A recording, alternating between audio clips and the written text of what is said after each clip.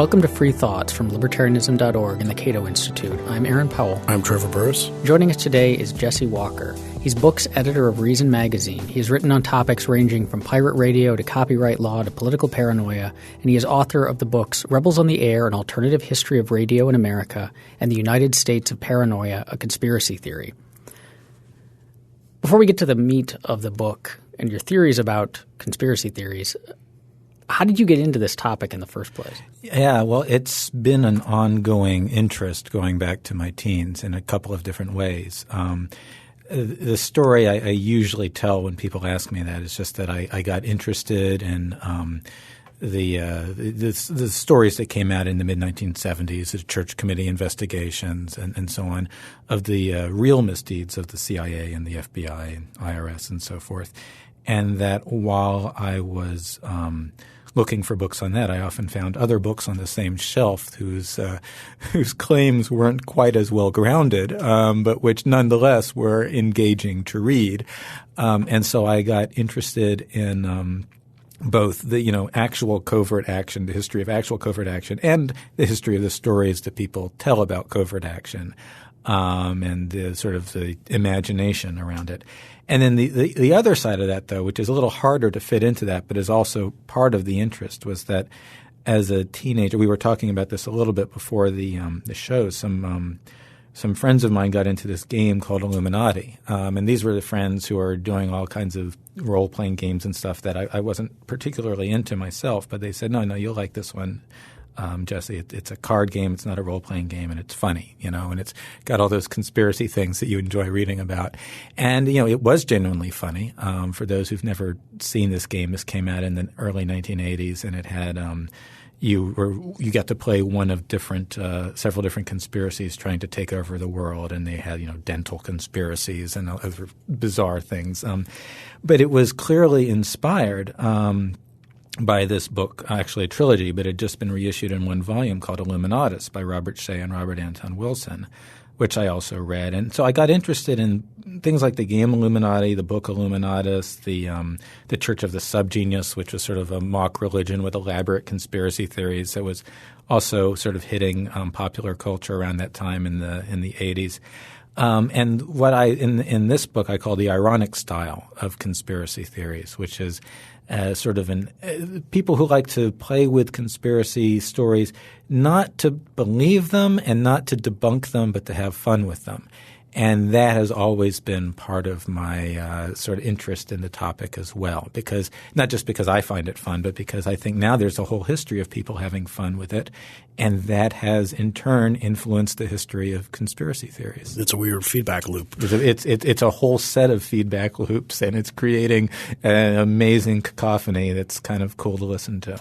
Would you ever consider yourself – well, this probably will require defining the term, but – would you ever have been a conspiracy theorist as people popularly use that? Well, I mean, there are conspiracies that I believe exist, I think, and everyone – I believe actually that everybody who in the United States is a conspiracy theorist in some sense or another. Virtually everybody, not people in comas. But we can exempt them from many things, yes. I mean, the fact is there's part of human psychology is that, I mean, on the one hand we are a storytelling, pattern-seeking creature, and we need to find a way to sort of fill in the gaps with conjecture. And the second basic part of human existence is that we have things to be afraid of. I mean, sometimes they're well-grounded fears, and sometimes they're completely absurd. But fear is part of human psychology. So if you put our capacity for finding patterns together with our capacity for fear, and then you add in the fact that sometimes conspiracies do exist. Sometimes you have something like the Church Committee, or more recently, the NSA revelations, from Snowden. MK Ultra. Yeah, sometimes there's something genuinely in the. So some conspiracies exist. It's not like you keep waiting for vampires to show up. Eventually you realize the vampire stories you're telling might not have any truth to them. But periodically conspiracies show up. So you put those three things together. We find patterns. We're afraid of things, and sometimes there's a real conspiracy. People will imagine conspiracies. I've certainly imagined conspiracies of different kinds. I think that micro-conspiracies clearly exist. People around Washington get together in private to plot things. The big picture conspiracies are almost always untrue. But, sometimes a large scale, the thing like, MK Ultra does turn out to be the thing about conspiracies in real life is that on one hand, conspiring is part of the human condition. People meet sometimes in secret to accomplish things. But another part of the human condition is failure. I think the vast majority of plots do not actually work out. And this is true on the big level too. The history of the CIA is filled with complete failures. Part of the exposés of the 1970s were all those assassination plots against Fidel Castro. And part of that story is every single one of them failed, sometimes in just comically incompetent ways. So there's part of the discourse around conspiracy theory often has to do with just could a group really pull that off? You're imagining something that couldn't happen, and sometimes you have to ask yourself, well, no, could a group think it could pull something off, whether or not it could actually? And I'm sure that we mentioned the CIA because I said that earlier, but you look at other forms of conspiracies that have existed in the real world, Soviet espionage, that sort of thing. Again, it's full of failure as well as successes, and that's the sort of thing that's often left out of the discourse of quote-unquote conspiracy theorists because you're not afraid your enemy is going to screw up. You're afraid they're going to succeed.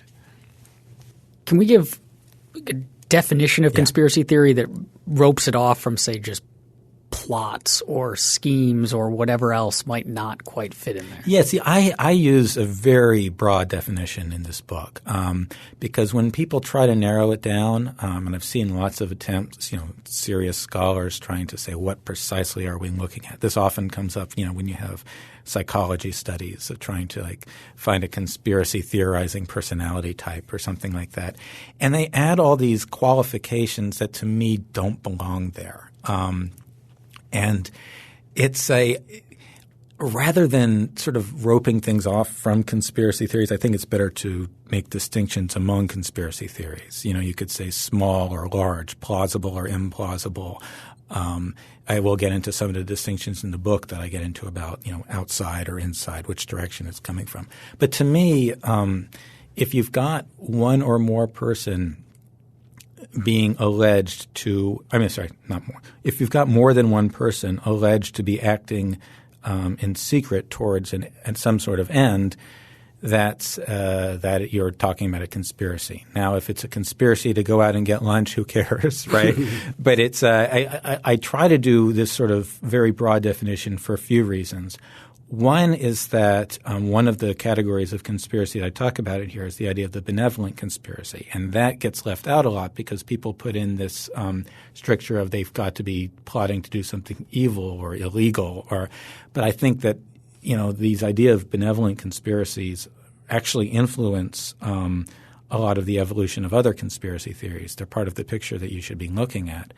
And another reason is that one of the main theses of this book is that conspiracy theorizing is mainstream, not just in the sense that lots of Americans believe a conspiracy killed JFK, but in the sense that there are lots of beliefs that are not categorized as a conspiracy theory while they're popular, that are in fact conspiracy theories, that have the same sort of patterns as the ones that go on the far left or the far right, the fringes, and have to be and when you look at them after they're over, people say, oh, yes, the satanic panic of the 1980s and 90s, for example, that was a conspiracy panic. But that was very mainstream at the time. You had, politicians, prosecutors, juries, mass media outlets embracing this story that nowadays sounds like, some of the fringiest Christian right ideas that are around. And so and that's – there's certainly things that go on around the discourse around terrorism, around cults, around gangs that really should be thought of as conspiracy theories but usually aren't because so many people embrace them. Well, the difference – that's a distinction you draw between – because your book is called United States of Paranoia, and if people have heard about someone who wrote about paranoia before, famously is Richard Hofstadter Right. in the 50s. Now, he had a theory that was about a kind of conspiracy theory and who tends to hold them in the 50s. What's the difference between what he wrote about and your thesis? Yeah, so Richard Hofstadter, and he started writing about the conservative movement in the 50s. His actual his article came out in the early 60s. Actually, interestingly, it began as a lecture that was delivered in London on the day before the Kennedy assassination, which almost feels like a conspiracy right there. But he saw this as something of minority movements. I mean, not as in like ethnic minorities, but as in, groups on, the sides of society that might flare up from time to time, but that it's generally not a mainstream phenomenon. And I think that not only that does it apply to the mainstream, but you can see it applying to the Richard Hofstadter audience. I mean, his essay when it was published in the wake of the assassination, 1964, in Harper's, and then an expanded version in a book in 1965. In the wake of the assassination, I mean, sort of building towards the assassination, and then even more so after that, there was an ongoing panic in the United States about the radical right, the Second Brown Scare, and a lot of what Hofstadter wrote about the psychology of people who believe in the Illuminati conspiracy of the 1790s or what have you, I think applies to the folks who were believing these exaggerated stories of a far right subversive threat. And it applied to his audience in ways that are more clear now than they were then, but which it's useful to look at the ways in which people were making this critique without thinking about how it might apply to themselves too. Do conspiracy theories say – well, this is sort of the big question, I guess, of this entire episode, but and maybe we have to go through the lists of conspiracy theories that you have in terms of – because you write about this in the book that you're not interested in whether or not they're true. Yeah. I mean, I'm interested, but that's not the heart of the book, right? But it's about what they say about us right. in particular and the believers and what they say about us. So maybe we can start going through some of these and you can fill us in on some of your favorite instances. I have some of mine in my question notes. So these are the five archetypal – the five archetypes. Yes. So the first one is the enemy outside. Right. And the enemy outside is the conspiracy that's based outside the community's gates. It's out there trying to get in and to transform your own community or society into something more like it. And the classic example in American history, I mean, like the first primal example would be the fear of Native American conspiracies that the colonists had. Now, obviously, there were sometimes Native American plots to attack, just as there were plots against Native Americans by colonists. But there became also there were also a lot of imagined ones that probably did not exist, and then there were some very elaborate apocalyptic ideas about Satan himself being out there in the wilderness and the Indians worshiping him and him directing their plots and maybe coordinating with other it actually kind of coincides with something which falls under a different category, which is the Salem witch trials. So that's the classic example, but it also manifests itself, in terms of fears of the Catholic Church, being run from the Vatican, the fear, a lot of Cold War fears of communism. Again, there were spies and so forth, but there were very elaborate additional theories of communist plots that were not true. It continues today in the War on Terror, particularly when something like Al-Qaeda is imagined as a centralized conspiracy, an octopus with tentacles everywhere. Yeah, that one in your book, that was one of my big aha moments. Was I think you called it the myth of the great chief, the super chief, the super chief. Yeah, there were Indians, Native Americans who were rallying all the Indians together. Yes, I mean, and this was an idea I borrowed from another historian who had sort of pointed to people like Geronimo and in King Philip's work, King Philip, who was not really a king, but they call it, who were sort of imagined as having much more control than they actually did in fact have over these attacks and so on, and sort of taking particularly in the colonial era, there was a tendency to project the European structures onto the Indians so that a sort of decentralized network of villages were imagined as an empire and one influential Indian as the sort of all-powerful plotter behind everything. But that sort of continues throughout the 19th century, Sitting Bull and other figures like that. And, that continues in the War on Terror too. I mean, there are al-Qaeda, franchises. The thing about al-Qaeda was there are times when it was centralized and there were times when it had its fingers in all sorts of different parts of the world, but these tended not to be at the same time. They have their screw ups and every same as any other. But there was this tendency to imagine Bin Laden as the super chief who was behind everything, and if you get rid of him, then you could cut off the snake's head and everything ends. This projection of us onto them was one of the things that struck me particularly about the Indian-related conspiracy theories at the beginning. There was a symmetry to it, because the fear that the colonists had was we've got our settlements and there's these outsiders who are trying to come in, destroy what we've got, disrupt our way of life. Mm-hmm. They're being led or manipulated by a god that is not ours. Mm-hmm. And if people slip away from the Puritan way of life, they will be Indianized and transformed into which is precisely what the settlers were doing to the Indians. And so it reminded me back of my undergraduate English days talking about Orientalism and projecting the things onto an other that you fear or dislike about yourself. And so does that sort of symmetry play out elsewhere? Is that a theme that runs through it? Yeah, and in fact, one theme one sort of recurring motif is moments when you have, and this doesn't just apply to enemy outside stories, two groups looking at one another with paranoid conspiracy theories about one another, and it's in American Revolution, you had the colonists and the redcoats and the Brits, having their conspiracy theories about one another. And the lead up to the Civil War, you had on the one hand northern fears of the slave power, the slave power that phrase did not always apply to conspiracy theories, but it often led to very elaborate ideas about a conspiracy of slaveholders engaging in assassinations and so on. And on the flip side, Southerners who are constantly afraid of slave conspiracies were seeing a northern hand behind a lot of them.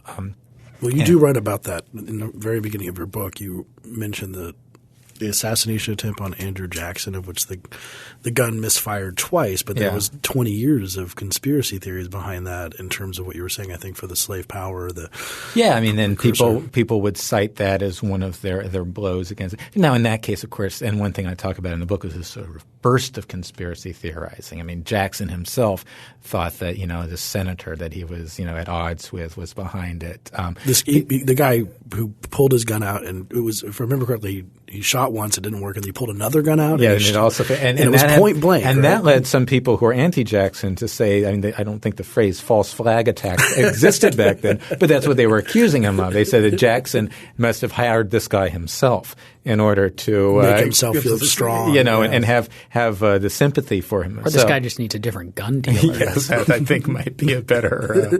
And this was like a great story in all sorts of ways, because Jackson, they didn't have the Secret Serviceman. Jackson himself subdued the guy after both of his guns. Oh, really? Yeah, and he had his cane, and these people helping him. So yeah, it is another example. And the connection here, you mentioned with the Native American myths or the conspiracy theories, and the tainting. There's also come with the captivity stories of women getting captured by, especially women. Not always women. And you mentioned that even with the Catholics, they had captivity stories that the Catholics were going to come and kidnap people and take them away to the Vatican and all. There was this idea that people were held against their will in nunneries, and there were actually some times, and this actually happened with Shakers and some of the other minority religious persuasions that people had conspiracy fears of. You would have raiding parties to quote unquote liberate people, from the clutches of this cult, and then some people then want to go back to where they were quite happy, Like little big man. Does that bleed into then the next one, the enemy within? Because it seems, now you're corrupting people, and now those people might come back. Yeah. So if the enemy outside is the conspiracy based outside, the community states, and it's an alien conspiracy, then the enemy within. The conspirator is distinguished by the fact that you can't easily distinguish him or himself, that anyone could be a plotter. The great pop culture example is, Invasion of the Body Snatchers, which, it's you may say technically it's enemy outside because they're from outer space, but it's the basic animating fear is that the person next door or even someone in your own family might in fact be not who they say they are, or working for some other force. This, of course, is Salem is the classic example of this. Not only could anyone be a witch, but anyone could be converted to a witch. You could be tormented, and then you agree they'll stop tormenting you if you sign the book, and then you've signed Satan's book, and you're a part of the plot. And so and then how can you avoid execution? Well, by denouncing someone else, finding someone else. So in terms of the creation, the sort of social construction of the conspiracy that allegedly exists, that also tends to spread in this way. And that sort of that kind of fits witchcraft accusations in general, but part of what separates Salem and distinguishes it from the sort of general witchcraft accusations that sometimes happened is that it grew out of control.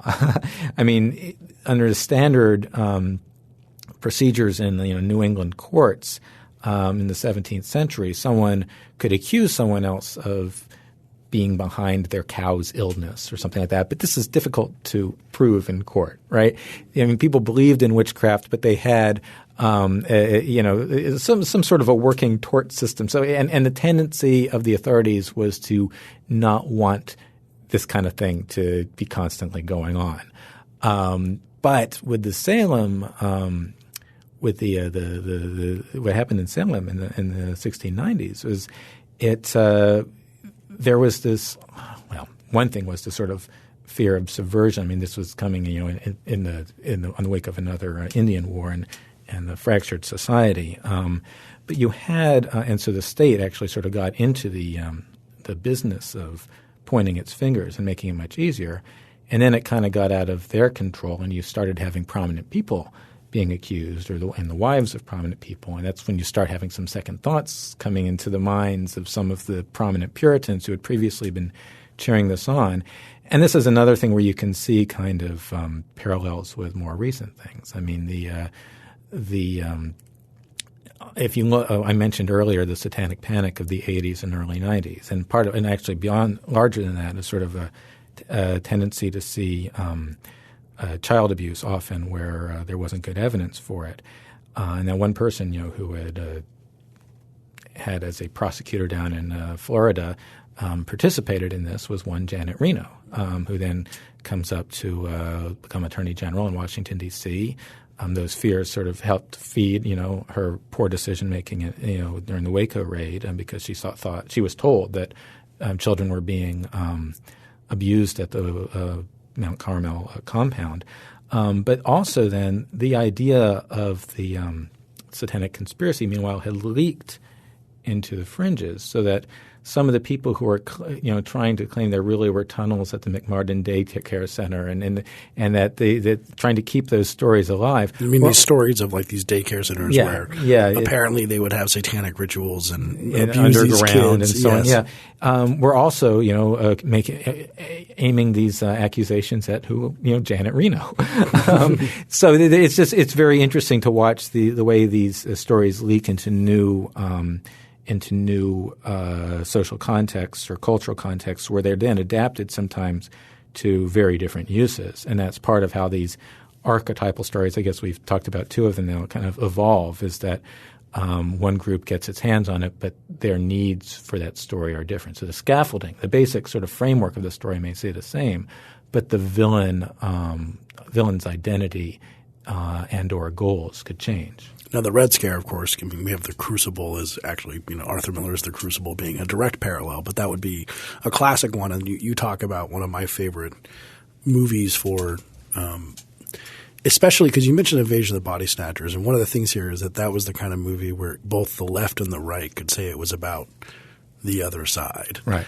And then the Manchurian Candidate is another one. And that's a little different because we had the old one, which is a communist one. Mm-hmm. But we also have a new one, which is a corporate one. And so then again, like this idea of not nearly as memorable. The one that came out, I saw it and I wrote a scathing review and I don't remember a whole lot of it now. But and the original novel, The Manchurian Candidate, which came out in the 50s by Richard Condon. I mean, there's a number of since it's clear Richard Condon despised both communism and McCarthyism, but it's also clear that what really got under his skin was manipulation. He had worked in like public relations or advertising, I'm forgetting which one, something like that, and that whole sort of approach to seeing your fellow man is what he was sort of going after in this. And then putting it into this other skin. And that in itself, it was one of the sort of conspiracy stories of the day. I mean, like the idea of advertisers being able to brainwash people. That's like They Live. So, yeah. I mean, that They Live, one of the great sort of not exactly body snatchers, but body imposture movies. Yes, absolutely. So we talk about like the Salem witch trials or the Satanic Panic of the 80s, which are runaway conspiracy theories that then ended. Mm-hmm. So what does the aftermath of these things look like? I mean, these are our kind of stereotypical view of like the conspiracy theorist is the person who's got the dark apartment covered in papers and strings and notes, and no matter what happens, everything feeds in, and they don't really kind of break out of this. So the people who were pushing the Salem witch trials, say, were behind the panic, or the people who were saying that the daycare centers had tunnels full of Satanists. When that ends, do they repent? Do they say, like, I was a conspiracy theorist and I'm sorry and it was fake? Or how do these things fade out? What does that look like? It looks in different ways. I mean, in the case of Salem, that basically ended witchcraft prosecutions in North America, in what is now the United States. I mean, you can point to incidents here and there, but it's there was a real backlash against that, and there was a formal apology. And I should say, I mean, as bad as that was, America's record in this is way better than Europe's. I mean, that was basically a case of America suddenly looking like what happened, alarmingly frequently in, Scotland and even more so in parts of the continent. So there's that. And there's other times when people just sort of have a forgetting.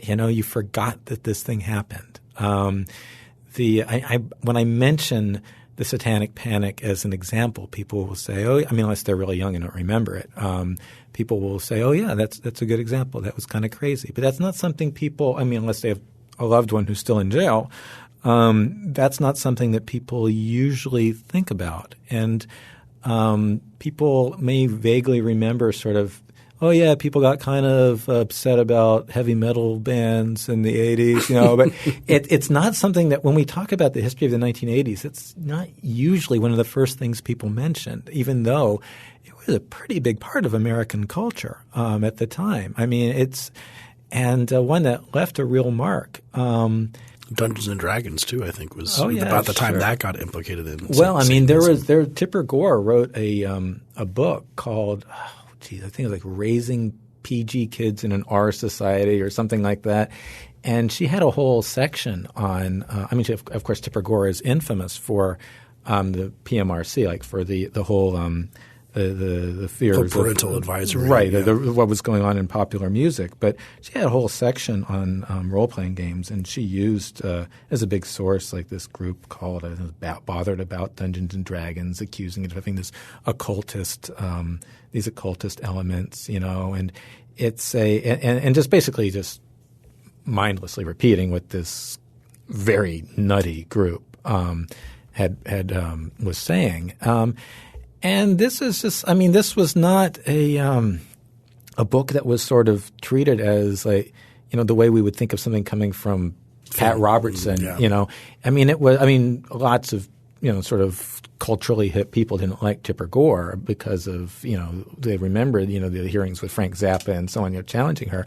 But the fact – this sort of became kind of the mainstream suburban center-left fear of popular culture. I mean, this book was sort of the sort of part of the moment that people worried about violent video games and so on. And it's I think I'd have to check. Hillary Clinton might have blurbed it or praised it or something. But it was certainly of the kind of the part of American life that Hillary Clinton represents, in the culture wars. And the fact that it contains this stuff that's sheer vintage 80s satanic panic is pretty interesting. Actually, speaking of the record label thing, I remember the push for having an O label for stuff with the occult. Oh, really? Yeah. So all the Black Sabbath albums would have to be – and that's, of course, all Tipper Gore really needed was to listen to the first 4 Black Sabbath albums, and she would be cured of what ails her. Yeah. I wanted to move on to the third one, The Enemy Above. Right. So now the next two, actually, The Enemy Above and The Enemy Below, people might sort of recognize there's kind of a directional thing going on. So The Enemy Above is what people tend to think of when they hear the phrase conspiracy theory. Sometimes mixed with some enemy outside stuff. But any sort of conspiracy theory that involves, say, the CIA is enemy above. It's sort of powerful institutions, government, large corporations, the dominant institutions in society. If it's located in one of those or in some sort of secret society that's allegedly pulling the strings or trying to seize power, then it's an enemy above theory. Do you have any particular favorite ones of those that are quite common? Well, I mean, I mentioned. I mean, again, anything with the CIA. Yeah, but anything with the CIA. So also, would you consider Da Vinci Code kind of stuff? Well, Rosicrucians or Lumen. I mean, actually, Mason. That's what I mean, like Masons. Let's hold off on Rosicrucians because okay. they kind of fit into category 5. Except then there's the other. Well, we'll get to that. But my favorite enemy above conspiracy theory is a little known tract called the Declaration of Independence. And in this conspiracy tract, it not only lists all the things that the King of England is doing to the colonists, but says that it is a design aimed at reducing them to slavery. I mean, it's very clearly conspiratorial language, and this is of a piece with a lot of the rhetoric in speeches, pamphlets, correspondence of the American colonists in the lead up to and during the American Revolution. George Washington, Alexander Hamilton, Thomas Jefferson, all these people spoke in conspiratorial terms about what the British were doing to them. That seems to be the kind of one we got for – I mean, I feel like the 90s were kind of – with the X-Files and the alien stuff, there was a lot of enemy above kind of conspiracies going on. Yeah, I think so. And you do talk a little bit about aliens in the book and when they factor into different – I mean, sometimes with the enemy above and conspiracies with the CIA and things like this. And you also have the body snatchers. But I guess I'd be skipping ahead to the benevolent conspiracy of aliens. Well, should I say something about the enemy below? I mean, exactly. If the enemy above is the conspiracy of the people who rule, the enemy below is the conspiracy of those at the bottom of the social ladder trying to subvert and overturn it. The classic examples were the Southern planters' fear of slave conspiracies. I mean, some people could not see two slaves talking without worrying that they were plotting a rebellion. If you look back at the history of slave rebellions in the South, there are a lot more suppressions of slave rebellions than there are actual slave rebellions because there are a lot of false positives. And in fact, there are some things we're not even quite sure if there really was a slave rebellion or not because we're dependent upon the records kept by this deeply biased judicial system that the slaveocracy had in place. But I mean, of course, there are other contexts too. Actually, we were talking about these sort of changing forms slightly in different cultural contexts. Some of the stories told about the slave rebellion or the alleged slave conspiracies in the antebellum era are practically identical to conspiracy stories that were told about the riots in the ghettos in the 1960s. And then you look them back to back, and I get into this in the book. I mean, it's clear that, this is a story structure that really filled a need. How does that structure go? I mean, it's a there is at the core of it this fear of – I mean, there's first the tendency among white racists to imagine blacks as subhuman, particularly when acting together, and sort of imagine them as this zombie mob that's going to rape and loot and burn. But zombie is an interesting phrase because I just described sort of the modern zombie thing, which is not a conspiracy fear, more of like a fear of like appetites on autopilot. But the old zombie stories they're the mesmerized slaves of the master. And often you had enemy below stories combined with enemy outside, or even in some sort of odd cases, enemy above stories because you have suspicions of other parts of the United States. And so you would have people imagining the abolitionists were behind it because, they say, these white abolitionists are directing this, either because they think blacks were too stupid to figure out how to conspire or too happy with their lot, if not, led to this. Also with, land pirates, there are other versions of it.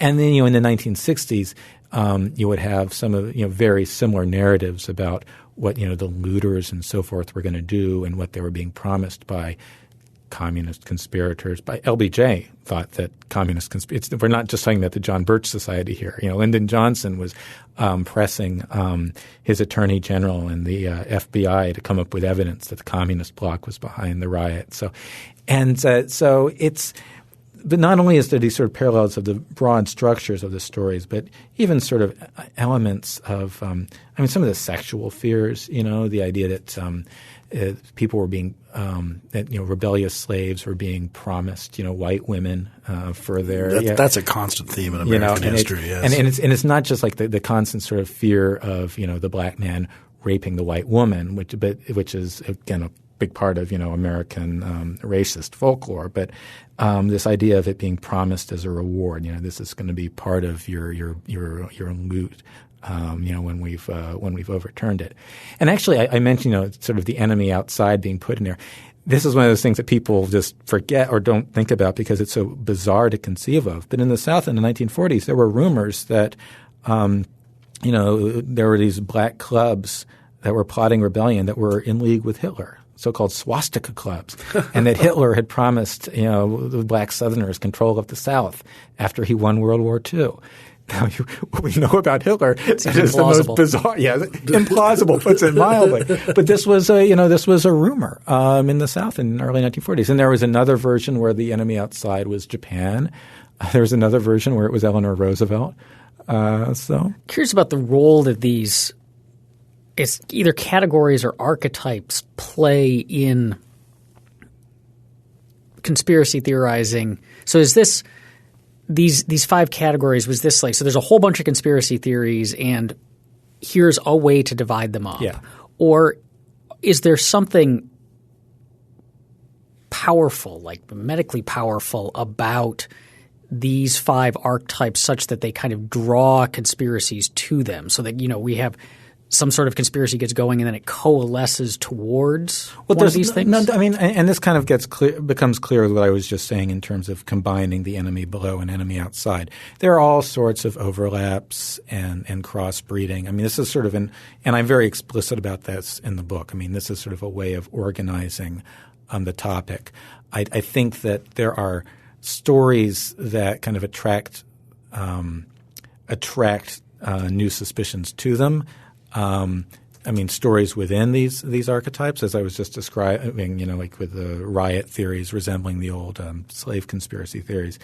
But it's not that there's this natural tendency towards purity. Like if you've got a mixture of enemy below and enemy outside, it will naturally gravitate towards one or the other. I don't think it works that way at all.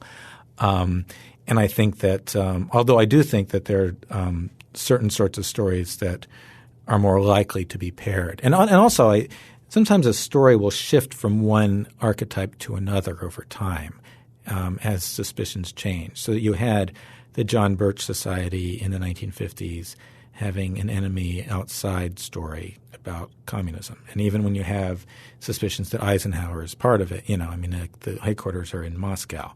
And this becomes an enemy above story in the 60s. It becomes the idea that, no, the communists are actually serving sort of corporate masters based in the United States, and that's the actual heart of the conspiracy. And then it'll also work in the idea that people who are rebelling in the 1960s, the student protesters, black protesters, and so on, their strings are being pulled not by either indirectly through the communists or directly through other means by this sort of enemy above. So you have enemy above, enemy outside, enemy below all working together in this storyline, but whether it's at its core an enemy outside story or an enemy above story changes. So these things mutate and develop constantly. And I've sort of created this organizing principle for discussing it, but what's the phrase? It's ad hoc taxonomy to some extent. I wouldn't say it's ad hoc. Yeah, I would say imperfect taxonomy. I would say it's really. I try to be very clear that I'm not discovering something in nature here. I'm like creating a way to understand it. There are other legitimate ways of looking at it too. Now the fifth one is we mentioned benevolent conspiracy, which we mentioned with the Rosicrucians, and also the one with the aliens and angels, angels or aliens coming in to fix our environment with the government, all these kind of ones. Can you tell us a little bit about those? Yeah, and this is also another case of where these things can mutate, because there are texts, sort of New Age books that imagine this, that say that there's America has a hidden destiny, and the Rosicrucians or the angels or whoever are guiding us, and there are then Christian right people who will take those and say this is the evil conspiracy, and here we have the confessions of the people involved with it, or people who would look at some of the more heterodox stories about angels and say those are really devils. But the heart of the benevolent conspiracy is the idea that when people say things like everything happens for a reason, they are not necessarily saying that's because the Illuminati is subverting everything. They're talking about sort of a hidden benevolent hand moving things. And in sort of a classic American version, someone's talking about God, but there are times when this becomes more than just one supernatural being, or not even necessarily supernatural. It can become extraterrestrial, and that's what this whole idea of sort of like a benevolent invisible college. And that chapter looks at the history of that concept. So in general, do you we've been talking about what we can learn about these, but I guess I'll sort of recapitulate and say conspiracy theories are everywhere. They're constantly at play in American politics. And if that's true, actually, what about libertarian conspiracy theories? Oh, sure, yeah. I mean, the question is, people have asked me, are libertarians more likely or less likely to believe in, conspiracy theories? And to me, it's more the question of libertarian conspiracy theories are much more likely to feature the state, because that's who libertarians don't like, or other institutions in collaboration with the state, using the state, So and when people say, are libertarians more likely to believe in conspiracy theories? Well, they're more likely to believe in anti-government ones and less likely to believe the ones being promoted by the government. I guess that's true, but you also see the libertarians who do believe 9/11 conspiracy. I mean, I guess that would be the government doing that. Yeah. I mean, again, things along those lines, and the preppers and whatnot. Is there a way to recognize a conspiracy theory when we come to it, or to take this history and use it to protect ourselves against falling prey to believing in the ones that are going to look pretty silly in 20 years? Yeah, I think if you know the history – I mean, first of all, if a story sounds really familiar, everyone must read this book so that they will know the telltale signs of a false conspiracy. I mean, if something really sounds like one of those old Indian conspiracy theories, or like the witch hunt conspiracy theories, that's a sign that even if there's a grain of truth there, perhaps they're being organized into a narrative that's misleading. So that, for example, obviously terrorists were plotting against Americans on 9/11, right? Obviously, Osama bin Laden is a party to that. Some people would deny that. I think that the case for it's pretty strong. But that doesn't mean we should conceive of those those conspirators or of terrorists in this sort of super chief way, and that can lead to just misjudging the situation you're in. And again, things like the satanic panic. I mean, if you look at a lot of the rhetoric nowadays around human trafficking, especially sex trafficking, I think that there's this tendency again to imagine these criminal enterprises as these sort of vast and very powerful and centralized institutions in ways that is very reminiscent of the satanic panic. And I think if nothing else, if you get that twinge of familiarity, that's not going to tell you whether or not any particular person is being trafficked, but it's going to help you understand maybe where you should ask further questions. Is there a process some of these – so now we have the internet, or we've had it for a while, but compared to most of what your book talks about, we didn't have the internet then. So some of these seem like they could just be developed. So the satanic panic or the human trafficking stuff could just develop through one group makes a claim. It gets reported by a media outlet without properly vetting their source. And then those people make the claim. And then now people think that a whole bunch of people making the claim means it's probably true. And then ABC News reports it. And so you could have this – this is just the process of trying to get something – to be a big enough panic that the people who want to change laws about it, like the fundamental Christians who started the satanic panic, that they have to use this strategy to get people to talk about it so they can actually do something about it. So they're trying to sort of – So you're having a conspiracy theory about the spread of conspiracy theories. No. I'm just saying there's just like the one group, like whether it's Jerry Falwell's group, they want to gin up panic about this, and they succeed in doing it. Yeah, I mean, I don't think that's how the satanic panic emerged. I mean, I think in that case you had the collision of several anxieties that happened to happen at the same time: fears about missing children, fears of cults. There was a movement to sort of – I mean, for a lot of time, child abuse had been swept under the rug, and there was this sort of overcorrection where people were sort of thinking now they must always believe anything that comes out of the mouth of a child, even if they've just been in a long session with a sketchy psychotherapist, who's been so it's a and there were a number of sexual anxieties going on at the same time. So I don't think that someone deliberately cooked up the satanic panic in order to advance an agenda. I think but I think that it then happened at a time there were stories that were being told in a sort of fringy Christian context a decade earlier were now being embraced by the mainstream, and often not even by people who knew that a decade earlier someone had been making these claims in this other context.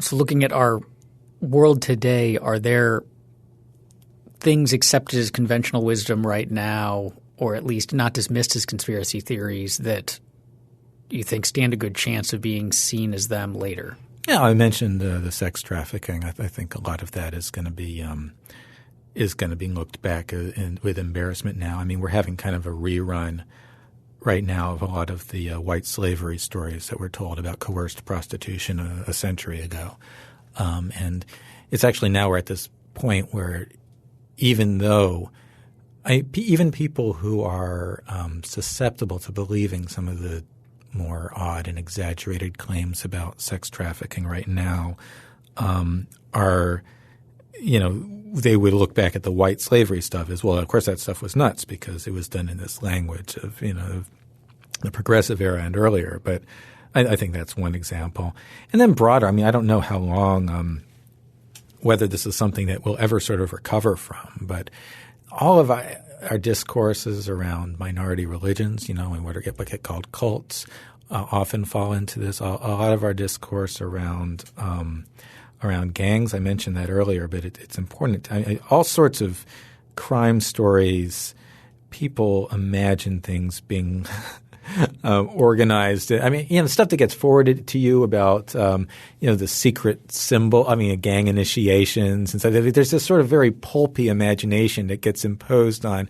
Obviously, crime is real and gangs are real, but they don't all look like this movie that you saw, when you were 17 or whatever.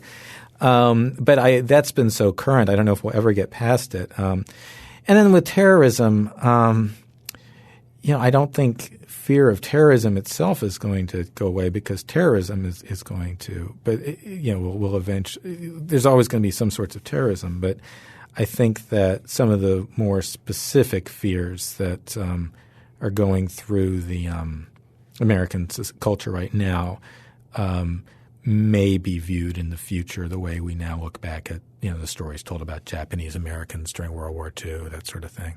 So is there any indication that conspiracy theories might be getting worse? One reason I think they maybe could be, for example, is that we're walling ourselves off in different media outlets. So we might need conspiracy theories to explain the other side because we rarely interact with it, for example. Just the internet in general. Are they getting more common? Are they getting worse? Is this a problem if that's true? I think there's actually a really interesting study that was done recently. Joe Usinski and Joe Parent, a couple of political scientists, took this enormous sample of letters from the New York Times and the Chicago Tribune, mostly the New York Times, but they used the Tribune sort of as a control group to make sure that they weren't getting something that was just like the liberal Times audience, or relatively liberal coastal Times audience. And they going back more than a century, and they just basically looked at all the letters to the editor and coded, which ones made conspiratorial claims. And there were a couple of really big spikes in the 1890s around people talking about corporate trusts, in the 1950s, Cold War communist fears. And there's some smaller spikes around things like Watergate. But over time, basically, it tended to be pretty constant and actually slightly declining. Now, there are obvious follow-up questions like, to what extent did things then move to talk radio or the internet and so forth. But this is like the most complete sort of study that I've seen someone do, and it reinforces my general gut feeling, which is that no, it's not more common now. The internet has changed the way conspiracy theories are generated and spread. I think, the conspiracy news cycle has sped up along with all the rest of the news cycle. I think that it's now a lot of conspiracy theories that previously would be limited to particular subcultures are now much more visible to outsiders, so that when I mentioned, the Swastika Club story earlier, we know about that because a sociologist went out and interviewed a bunch of people. But now you can watch things get posted on Facebook page. And not only does that make it more visible, but it also means there's more cross-pollination. You might have a conspiracy forum where people who probably would not talk about this in real life might encounter and trade stories, and so you have hippies, black nationalists, UFO buffs, militiamen, taking what they want from other people's stories and working. So this all changes the way conspiracy stories are told, but it doesn't necessarily make them more common. And when you also add in the fact that yes, conspiracy stories can travel quickly and far on the internet, so can debunking. It's not immediately obvious. I mentioned Joe Usinski. He actually thinks that debunking might be winning that particular race. He's writing a paper. It's not out yet. I don't know. But, I mean, it's not immediately obvious that one is going to pull ahead of the other. So what we have now is not so much like a new paranoid era as this is the particular paranoia of 2016. Most people have not looked at this history, and most people tend to forget the things that they found quite compelling, 15, 25, 35 years earlier. So they forget, or they don't know about it, or they just sort of pass over the fears of earlier eras. But people have always had things to be afraid of, and I imagine they always will. Thank you for listening. Free Thoughts is produced by Evan Banks and Mark McDaniel. To learn more, find us on the web at www.libertarianism.org.